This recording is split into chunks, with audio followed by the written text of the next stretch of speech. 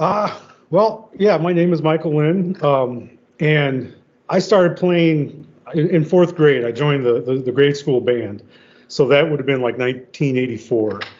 And I actually wanted to play trumpet, uh, but my teeth were real crooked, and I needed braces.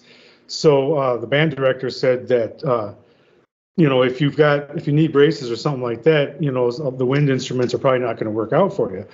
So when I was little, like 3 years old, I think I saw Kiss Meets the Phantom of the Park on TV, and for a little kid, that was just wow, I mean, it was mind blowing, and I really dug the cat. I thought he had really cool makeup and stuff, and he played drums. So when I realized that I had to pick something other than a wind instrument, there was no guitar in the school band and stuff like that, so I picked drums. And right away, it was like, oh, I mean, that's one of those things where you realize that this was where I was supposed to end up, you know what I mean? So I feel like, yeah, like right away, I was like, okay, yeah, this was the instrument I was supposed to play. So.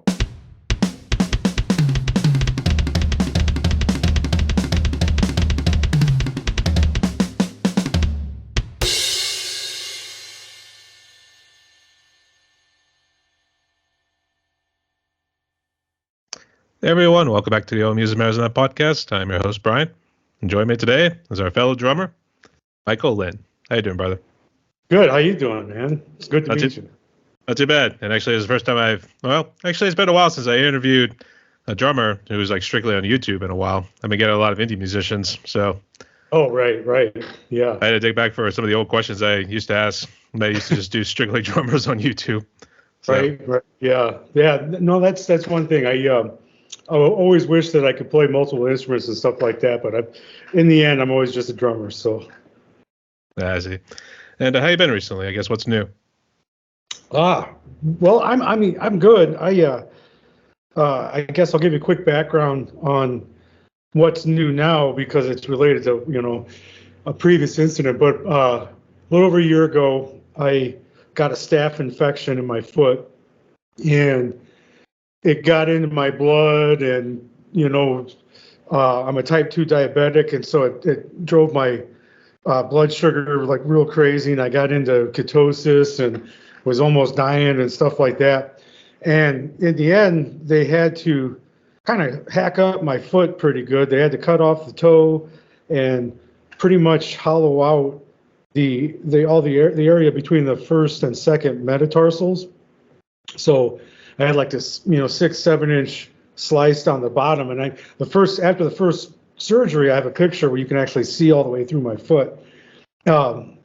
So that was about a year ago, and I worked through it, and was able to adapt and keep drumming and stuff like that. And then recently, a little over a month ago, I had to go back to have a pin put in to add some stability and straighten some things out. And hopefully this is the last surgery. This will be 4 in the last year. Hopefully this is the last one. But as long as I still got a part of a foot to work with, I can still keep going. So that's kind of been my mantra is, I'm just happy to be here, happy to still be playing. And, so every day, every part of the process is success just because I'm still doing it. You know what I mean? Man, right off the bat. Man, that's a whole lot to take in too. No. And these interviews too, you learn a lot of things about like what people have gone through too. Some people have gone through an addiction of somewhat. Some maybe battling with cancer. Oh, man. Or just personal struggles in everyday life. I mean, it's scary too. And it's good to see you are doing well. So I do hope you guys. I'm lucky. So I mean, this it could have gone a lot worse. You know what I mean? So I'm really lucky here. So yeah. I'd say don't jinx it by saying like it could be worse. So yeah, that's a good point.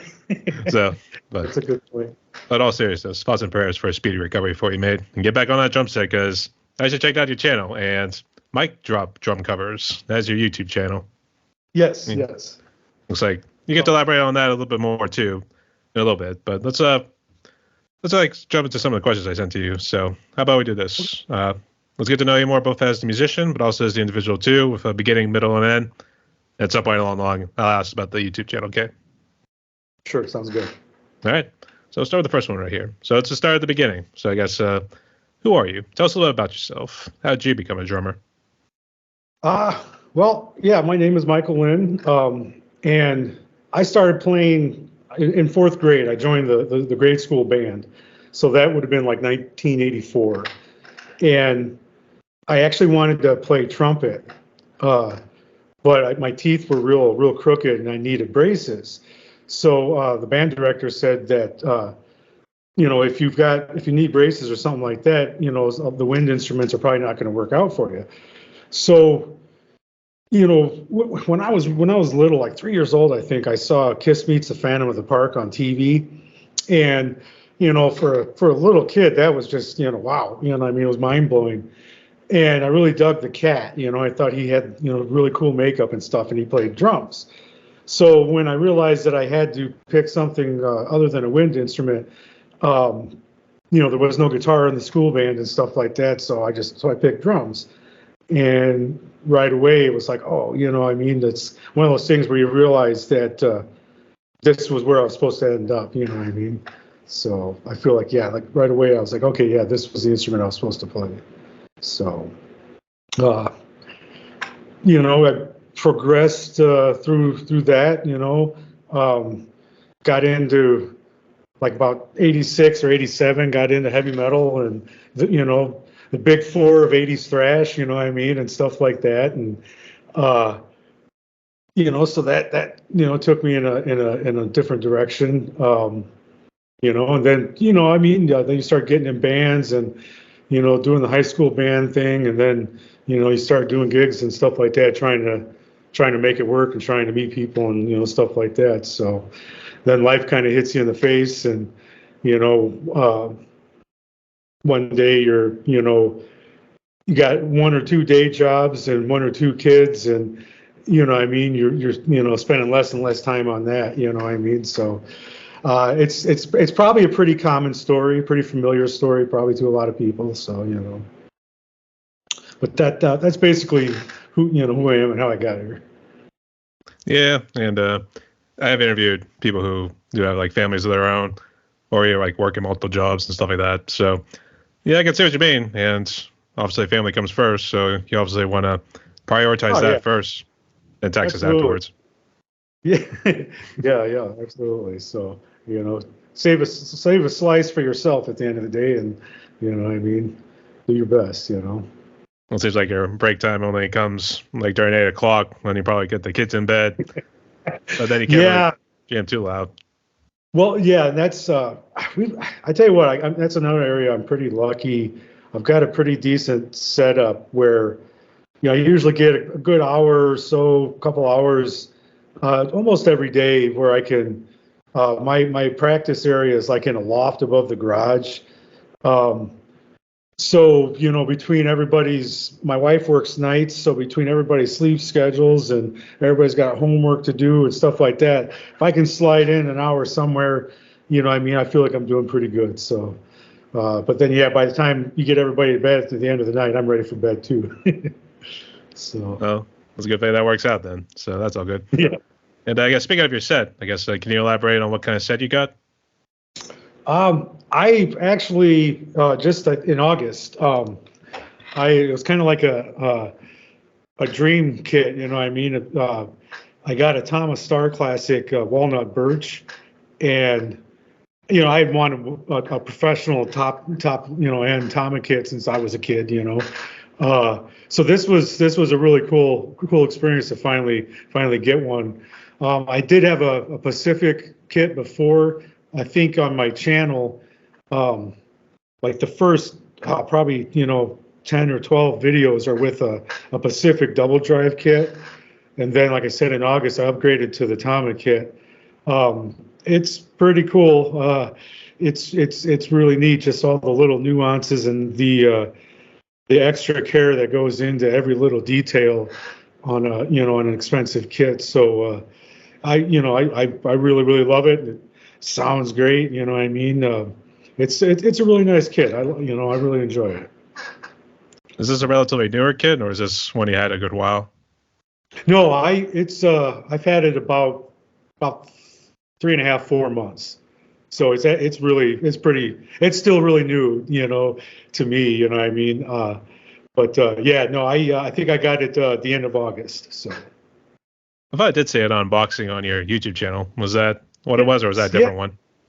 No, that's for the Tama kit. Yeah, yeah. That I was trying to experiment and to see like if I could do other things besides cover videos and stuff like that. And so I thought well, this will be a cool opportunity to try something different. So I thought I'll do an unboxing with the drum kit. And it was fun. I don't know if it was real, done well or anything like that, but it was fun. Like everything. I'm not sure if it's done well, but it's fun to do. So. I mean, that's ultimately what it boils down to, is like, are you having fun with it too? Because obviously you look at some of these videos, you say like, oh, that's so professionally designed. It should be like in Hollywood or something like that. Man, absolutely. But I mean, like, hey, just sometimes keep it simple. That's how I was always rolling. Well, and that's, I watch a lot of other channels, a lot of other guys' stuff, and, you get ideas from a lot of them.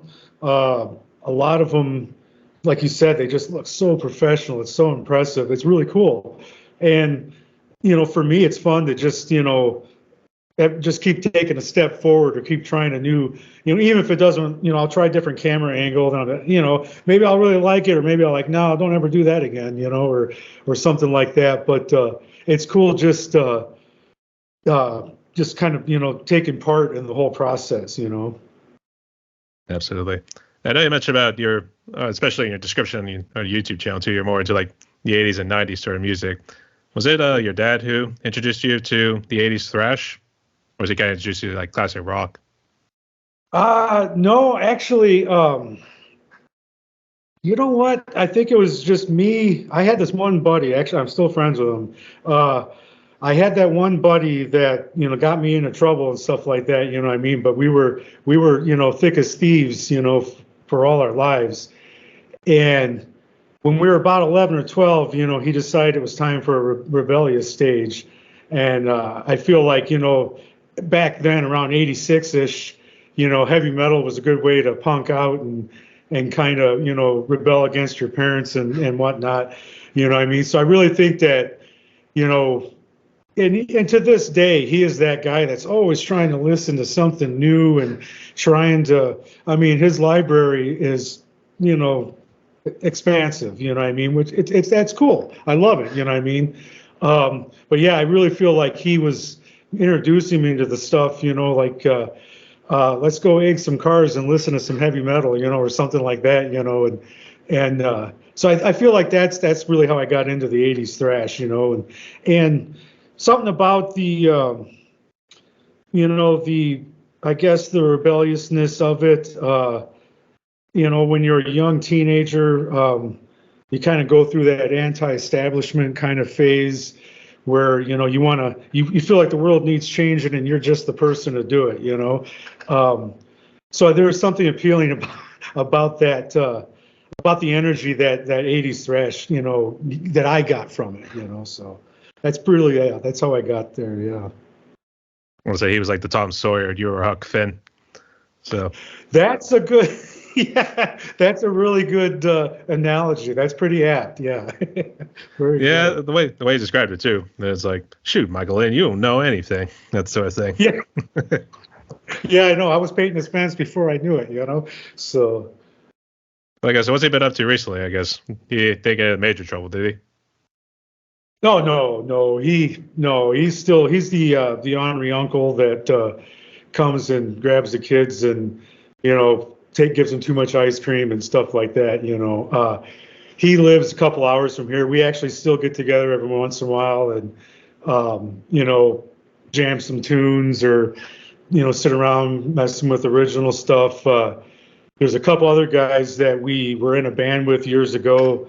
One guy's in Kentucky, another one's, like I said, a couple hours away. And, so a couple times a year we try and get together just to, have a good time and, just mess around for, old time's sake, basically. Yeah. Just like the good old days. That's our talk. Yeah. I guess before I jump into the band in general, I guess have you ever played on electric drum sets before? Yes, I owned a Roland TD6V, um, and this has probably been close to. It's probably approaching 20 years since I had that kit. Um, so and that was, you know what, my oldest kids were really little at the time, so that was it was kind of a necessitating factor, you know, the volume control and the versatility of it. I really, really, really liked it. I'm still, you know, maybe it's just, you know, you know, how I started, or, you know, I'm still kind of an old school acoustic guy. For me, there's nothing that'll ever beat an acoustic hit, but you can't beat the versatility, especially these days, of an electronic kit. You know, the look, the feel, the sound. You know, I mean, it's just so impressive. You know, I tell you what, I would really be opening to, you know, if I could, I'd own another one of those too. You know what I mean? But I think, like, cost wise, it's really comparable. You know, to get a like a nice top end one, you're going to spend, you know, $3,000-5,000. So I would be open to having one, and maybe someday I will. But I really enjoyed it, and it was really useful. But man, like I said, I always go back to an acoustic kit. So. Yeah, I've asked when I did drummers way back in the day. I was always asking, like, did you have a preference between acoustic and electric? And it's more the feel because of the acoustic set, isn't it? Yeah, you know, and that's another thing. Like 20 years ago, when I had this, the Roland, the snare head was a mesh head, but then the toms were all the old rubber, the old rubber triggers, and you know, the snare was like, oh wow, this is really, really close. Not quite, but still really close, as opposed, I thought, to the rubber triggers. But it's still, I mean, it's a different feel. You can adapt to it and learn how to play to different kind of rebound, I feel like, you know what I mean? So yeah, there's definitely a different feel between the two still. It's the gap has gotten closer and closer, but there's still, you know, it might be one of those things that they'll just never ever be able to totally reproduce. I don't know. I think it's the hybrids that are kind of closing that gap. If you know There what you I go. mean, too. Yeah, it's actually, I've actually been eyeing up the Roland set, so I'm kind of hoping to get one for my birthday, actually. So Ooh, let's see what happens. Actually, yeah, good luck. mine's a TD25K, and it's actually been serving me pretty well, even though I've abused the hell out of my snare with blast beating in the metal scene. Yeah, well, yeah, you know what? That's another thing I've noticed from your channel. There's plenty of that going on too. So, yeah, that's cool. You know what? That's funny how there's certain things, you know, like snares and stuff that just seem to go quick, you know. So Actually, believe it or not, it happened during a Metallica cover where the mesh head on the snare split open near the end of the song Blackened. yeah, that's awesome. That's awesome. Dude, I was so pissed because I was so close. Yeah, that's true. That's actually not awesome, but as a memory, it's cool. So It was like I was doing so well, and I mean, I felt like that was the golden moment, and it was just like, oh, you had to break it at the worst possible time. I mean, it happened during practice. It would be like, shoot. Oh, okay, I got you. Yeah, no, okay, that is kind of rough. No, it happened during when I was recording the drum cover. Oh, okay. That's why it wasn't awesome. So yeah, no, I apologize. It's a fun story, but definitely not an awesome event. So, fortunately, we were able to get the new mesh head and then refilm the drum cover. So. Yeah. Well, that does suck when you get all the way, like, you know, towards the end or something like that, and then you have some kind of failure, or, you know, just some little mistake or something like that. It's like, oh no, you know what I mean?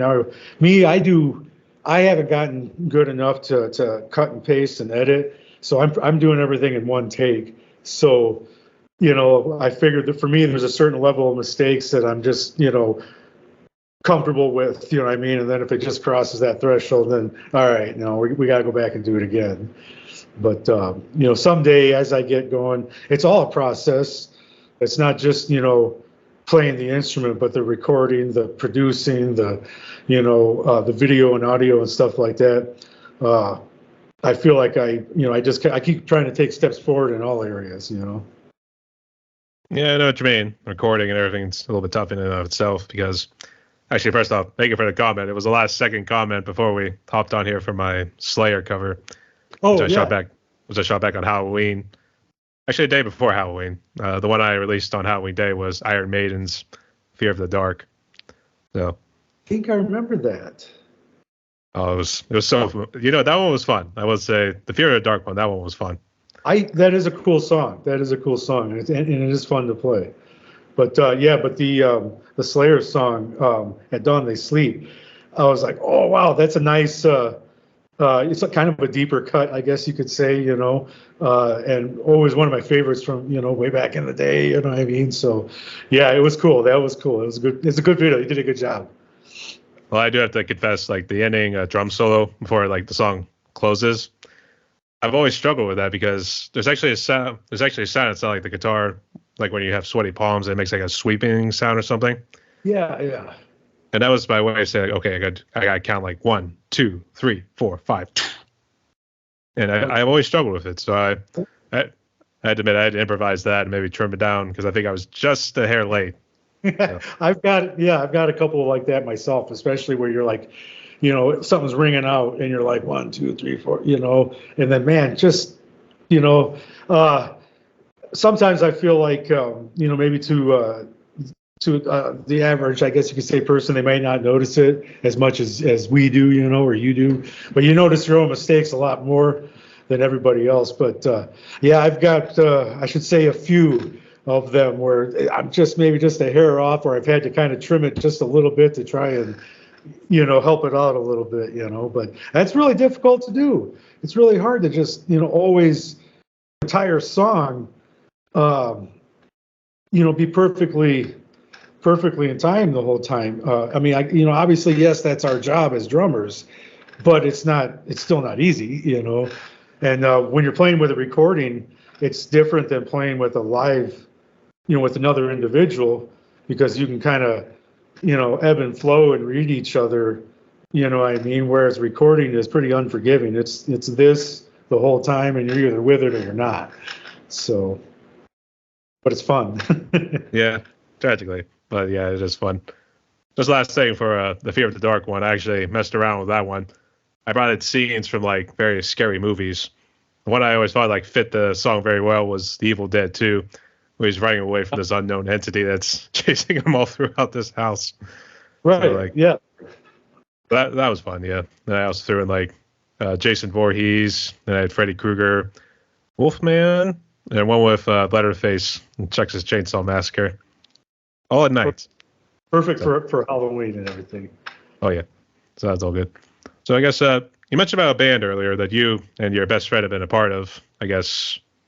You did for a while, and I guess what's the history behind it? I don't want to start speculating, so go ahead and tell us. Well, I tell you what, yeah, we, you know, started this band in high school, or actually it's probably more like junior high, but, you know, we pretty much like it was just us and like, you know, 2 or 3 other buddies, you know, and then like when we got out of high school and stuff, we met some more people. The other 2 guys actually, you know, that we still mess around with today, and we wrote our, you know, a lot of original music, and that was what our goal was, you know, to be an original band. You know, I mean, of course we had covers and stuff, and you know, by this time it was, you know, into the early mid '90s, and you know, covers were cool, but back then, you know, originals were what people wanted to hear. And we, you know, we did gigs. I did a lot of for exposure gigs, you know, a lot of unpaid gigs and stuff like that. we were always trying to, record demos with a 4-track and stuff. And uh, at some point in time, I think, I think we just got into a rut where, we were just doing the same thing, what I mean? And I think everybody kind of felt the need to, to stretch out a little bit. One guy, moved to a different, actually 2 guys moved in totally different directions, going to colleges and stuff like that. And so that it just kind of went its separate way. Everybody went their separate ways. And then I got involved in another project. I just kind of was a dad for a while and, messed around in my basement, and stuff. And then I got involved in another project that was also primarily an original project. And we did a lot of the same type of stuff. It was kind of the same story over again, just trying to get yourself as much exposure as you can. And except this time we were recording, digitally, and we sent recordings off to some record labels and, stuff like that. And, when we got responses, it was always like, hey, yeah, you guys are right there. You're just missing something, what I mean? And we just never ended up figuring out what it was that we were missing. And then eventually the same thing, people just start going their separate ways. So that's, that's pretty much that. I see. Yeah, it stinks when the record label tends to be I want to say ball buster in this case, like trying to hinder your sort of progress. I mean, you felt like you were onto something, right? Well, I did, and then, I figured at the time, I trusted though that when they said there's something missing that, there's one, maybe a keyboard or maybe maybe a different vocalist or maybe, what is it? What is it? What I mean? But I felt like we were really, it seemed like we were really close to turning a corner when everybody got frustrated and kind of gave up, and that actually seemed like it happens every once in a while, or like kind of like, a couple different times where it feels like right when you're about ready to turn a corner, something happens that kind of blows takes the wheels out, so. I'd say usually it's creative differences, or like it could be something involving family in that case. That seems to be like the 2 big ones that always like ruin, or why some people in like bands end up leaving, that sort of thing. You know what? That's exactly it. And creative differences can be kind of a blanket kind of term, and it does cover a lot of different areas, but a lot of times there's no other way to put it. And then, yeah, definitely family stuff, whether, sometimes you just have to, I guess, fulfill your, obligations. And then other times, somebody experiences something that, just really throws them for a loop and they need time. It's there's so many different things that can happen. It's hard to keep a band together, with all these different, 3, 4, 5 personalities, 5, 3, 4, 5 schedules, what I mean? It's just really hard to keep it all going. It seems like today, it might be a little easier to at least, mess around, like, in the digital age, sending recordings back and forth and stuff like that. And then 25 years ago, I wouldn't have been able to be involved in a project with a guy that lives in Kentucky, what I mean, as successfully as today, what I mean. So there is that. So I don't have to leave the house as much. Yeah, I would say that's kind of a little boon that COVID kind of gave us in a way when you think about it. But the other thing too was in the indie community that I'm a part of on Facebook. Actually, we actually interact with a lot of people in around the States and also in around the world too. So we're able to like collaborate and do music on this and that too. Actually did one, and I got one coming out on the 1st of January as a way to kick off the new year. Okay. A collaboration or? It was a collaboration. It was actually, I just did vocals, and then this fellow of mine, a good friend of mine from Florida, he actually put the whole music together and everything too. So awesome. January 1st. All right, cool. Let's see what happens. Yeah, everybody, absolutely. go check it out. Actually, yep, yeah, you heard it here. You heard it from me. That's the sort of thing. But I guess, did you guys record anything? Do you guys have any? I was gonna say sticks. I don't know if you had like cassette tapes or anything too. I wasn't sure what you had in terms of physical copy. You know what? Yeah, there was. We didn't have anything like, just homemade demos and stuff. The bass player, he actually ended up doing that for a living. He ended up working in studios and stuff. But he did all the production for it. I do have some old, digital MP3s. I have some old MP3s somewhere of the stuff. But I actually wouldn't mind kind of trying to get it out and seeing if I couldn't, in the spirit of everything else I've been doing lately, get this 20-year-old music out and see if I can't finish it, or, get a hold of the guy that was involved in it and see if, if he minded if I didn't do something with it, or if he wanted in on it, so. But yeah, like nothing that even had a CD cover, even, you know what I mean? So everything was strictly homemade. I see. Actually, it was I was trying to you do get like remastered or do that whole thing too, and then try to like put it out there and see what you can get out of it. That'd be an idea. There you go. Absolutely. So yeah, as long as you still got material, you can work with it. Let's make it happen. That's right. All right, I'll leave it up to you. So best of luck on your journey there, mate. All right. But so maybe dance around this topic a little bit too. Let's go ahead and jump into your YouTube channel a little bit. So I guess why don't you start it, and I guess what do you hope to achieve with it? Well, really in the spirit of the whole thing, when I very, very first started it, I was just kind of hoping for maybe a little exposure, just to see, if I test my mettle a little bit, just see, do I belong out here, and almost immediately, like I think it was less than a month actually, after I started the channel, was when the ordeal with my foot started. So real quickly, and pretty much ever since then, the whole thing is more about just enjoying the process. I'm kind of already achieving it.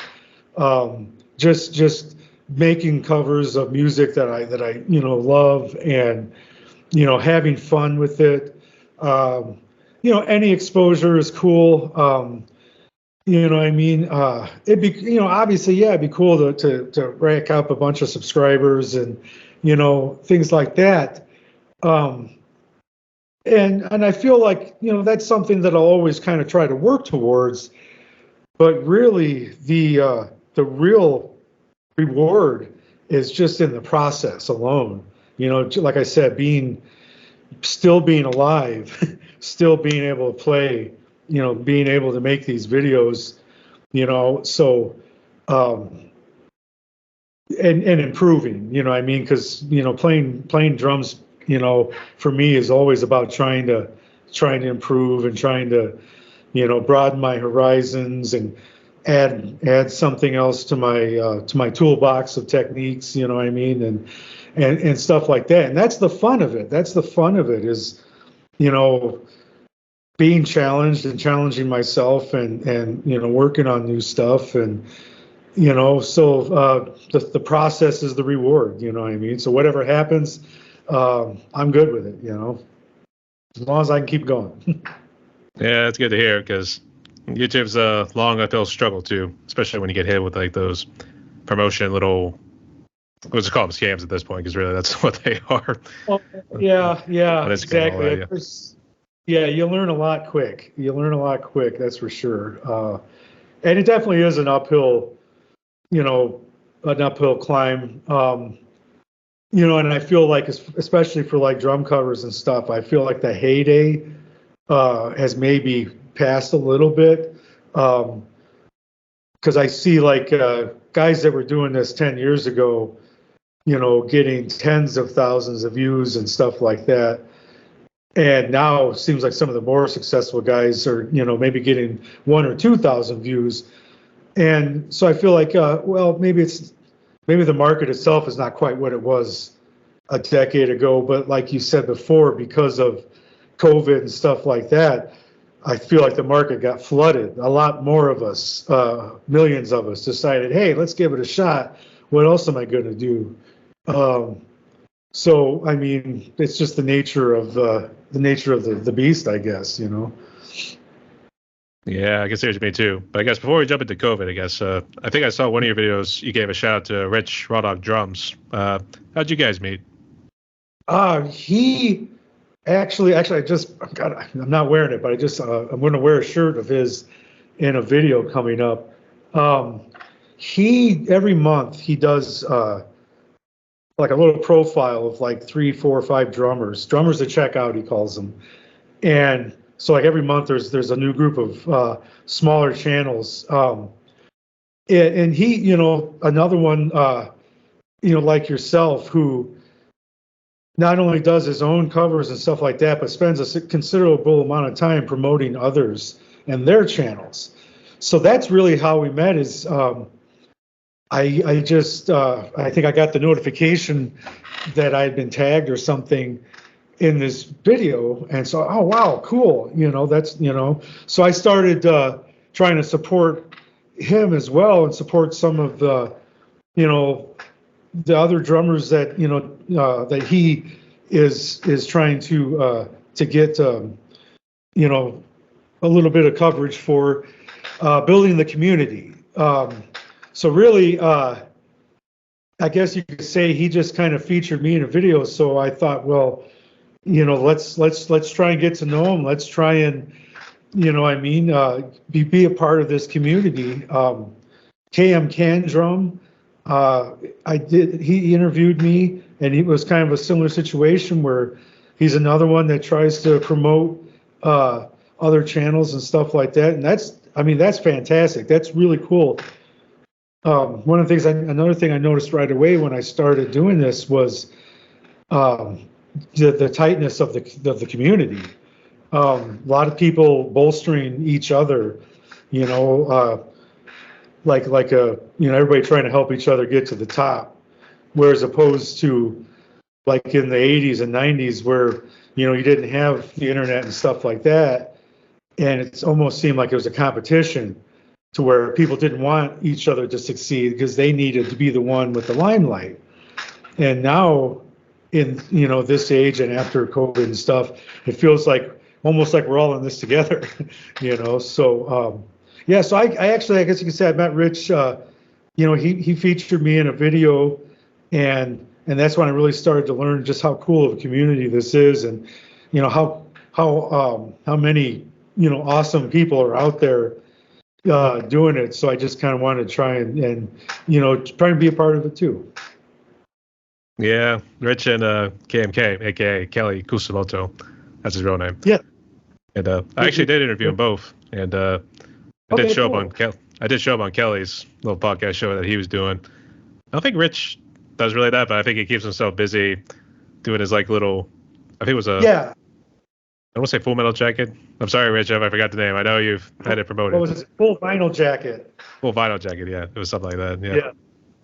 So, yeah, he keeps himself busy doing that. So I think he's got to do his drum covers wherever he can, and then just show his little live footage whenever he gets around to it, too. So, easy one. So I guess let's go ahead and jump to the elephant in the room in this case, which is COVID. So obviously you talked about like how COVID kind of brought us drummers, probably also musicians too, but I guess how bad did COVID impact you, your family, and I guess even your career as well? Well, at the time, I was actually I was done with it, but I was freshly, I guess you could say, divorced. And so my older boy had moved in with his girlfriend, had moved to another town, and my younger boy was living with his mom. So I was one of those people that at the time, when the quarantine happened, my lifestyle didn't change drastically because I was already spending a lot of time just me and my dogs in the house and stuff like that. The area where it hit was, especially for like the first few weeks, month or so, there was a lot of confusion, and the misinformation felt like it started right away. So, I feel like most people, I was just kind of trying to do what I thought was best, what I hoped was best, So I, kind of isolated a little bit more. And, that was probably what affected me the most. But like I said, I was already, living alone, and my social life consisted of going to work and coming home from work, and and playing my drums, because that's another thing. When I really started to get heavy back into it was, right before and during the divorce. I felt like I needed something to, to pour, some kind of outlet. And so I went right back to it and realized that, this, quitting it all ever, was a mistake. So it gave me a lot of time to practice. I probably had, by that time, I probably hadn't played in, much at all in probably about 5 years. So I had a lot of ground to cover. And so COVID gave me an opportunity to, that was kind of a routine. It was almost like being in high school, where I would go to school, come home, deliver my newspapers, play my drums. And that was, repeat. And so during COVID, it was like go to work, come home, talk to my kids or whatever for a little bit, and then play my drums, and then repeat. So it was really, really definitely making lemonade, trying to make the best out of it. So the positives that were there were, I guess, I got to reacquaint myself with music and my drums, and kind of reestablish the intimacy that I felt with music. So, once again, it's all about trying to find the bright point and focus on that and go with that. And, if you can do that, everything else seems like, it's a little bit brighter, you know what I mean? Yeah, I can see what you mean too. And did you have any brushes with COVID? Were you pretty much all good? I mean, not that I know of. I never had, never got sick enough to where, I think maybe a sniffles or something. But, during the wintertime, it's kind of hard to say. I never had anything I felt the need to see a doctor for. So I never, that I know of, I guess, never had anything. My younger one had it a few times. Actually, both of them had it. But me and then actually a couple of years ago, I got remarried. We've all stayed healthy. Me, my wife, and stepkids, my stepkids, have all stayed healthy. So I've been really lucky. But I guess I don't want to say I'm antisocial, but sometimes I have a tendency to just kind of stay at home anyways, you know what I mean? So I don't go to clubs or bars really much anymore, and stuff like that. So I guess I don't often, the grocery store is probably about the most packed place I find myself anymore. So, Yeah, that's for sure. You know what? I forgot to ask this. Which part of the States are you hailing from, actually? I am in Streeter, Illinois. So like central Illinois, the heart of the Midwest, really kind of smack dab, I guess you could say, in the middle of the country. I'm about 85-ish miles south of Chicago. So, basically, there's cornfields on all sides, and beans on the rest, you know what I mean? So I'm like right in the corn belt, I guess you could say. In rural countryside of Illinois, so that's all good. Yes. Yeah, that's why you don't have a whole lot of people. Yeah, that exactly. I don't have a ton of neighbors, so that's cool. Actually, the correct term is introvert, not exactly antisocial. There you go. Absolutely. There you go. Yeah. Absolutely. But I can see what you mean too. And you just said you started this YouTube channel last year. Was that how it all started? You started this year. It was I think September-ish of 22. When I started, yeah. A lot happened in 92, but no, September of 9, damn it, I did it again. September of 22. And well, actually, when I was in a cover band a few years ago, when I was in that period getting divorced, and COVID kind of put the kibosh to that. It helped put the kibosh to it, but so I was really enjoying it and wanted to keep going, but I wasn't. I was having trouble finding other musicians, and then again also because people were trying to quarantine, you couldn't jam with people, so I started just kind of investigating, how to play with like drumless tracks and whatnot.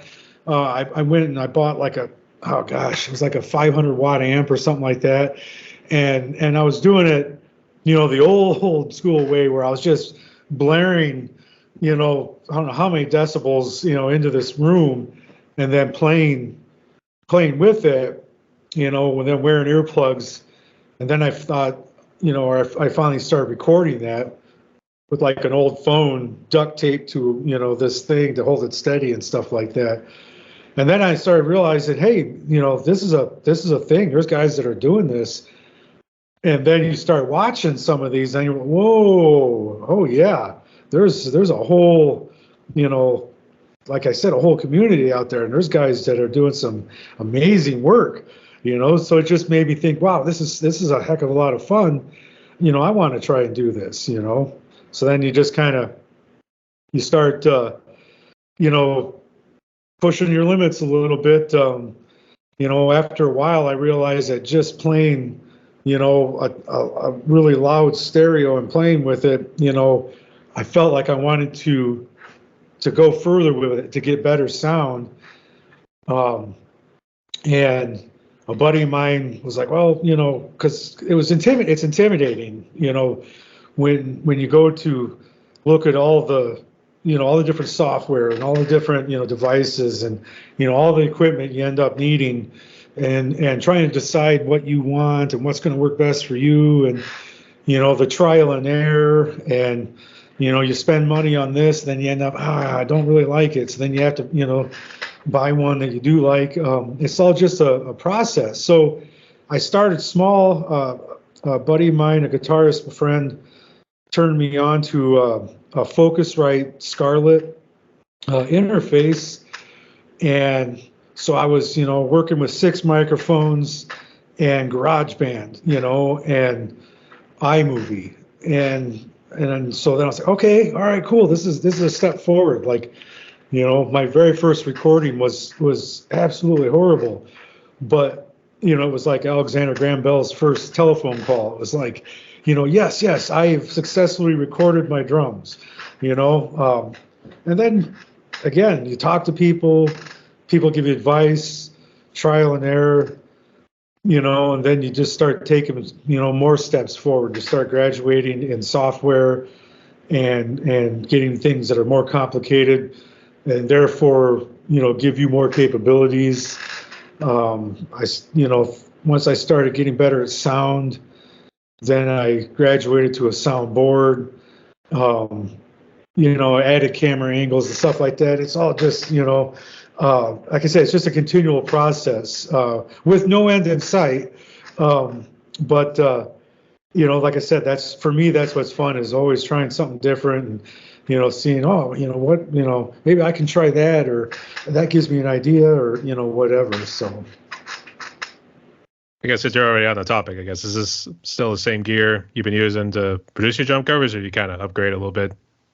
Well, like I said, I started off with just a loud amp and an iPhone,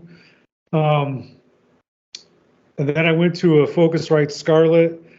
And you know what? Actually, to be honest with you, I still use GarageBand with a soundboard though. That I've got a Soundcraft. It's a Signature 22, and so that way I can mic all the drums individually and even some room to expand. Like if I wanted to, maybe get the second kick drum, or something like that. And that really improved the sound quality too. I'm still using GarageBand. There's a lot, for me personally, I find that there's a lot that I can still do with it. I plan to someday maybe, take a step forward to a bigger program. But, as of right now, I'm still trying to master, GarageBand. But with the soundboard, I feel like I get a pretty decent sound. I experiment. I've got all my microphones are Shure mics. So I've got, I guess decent equipment, which is a good start. And then it's up to me to try and figure out how to make it, sound as good as it can. When I had the Pacific drum kit, I realized that, wow, you can take a midline, drum kit, make it really sound fantastic. And then when I started working with the Tamas, I was like, oh, wow, it's easier to make them sound better. And then you can make them sound even better yet. So I'm still using iPhones for cameras because I went from iMovie to Final Cut Pro. And the iPhone, I mean, everything is so seamless. They're all talking to each other. They're all importing as everything is real easy. And with the quality of the cameras in the iPhones these days, I mean, I feel like, it's really as good as I feel like as good as I need it to be. I mean, without, because I don't have the time or capital to, have like a completely, high-tech professional, sound stage and stuff like that. So I feel like, these are really good, devices and programs and stuff for laymen, I guess, people like me that are just having fun in their own house, just trying to figure stuff out. So I feel like, you can do a lot with it. I mean, you can really confuse the heck out of yourself if you want.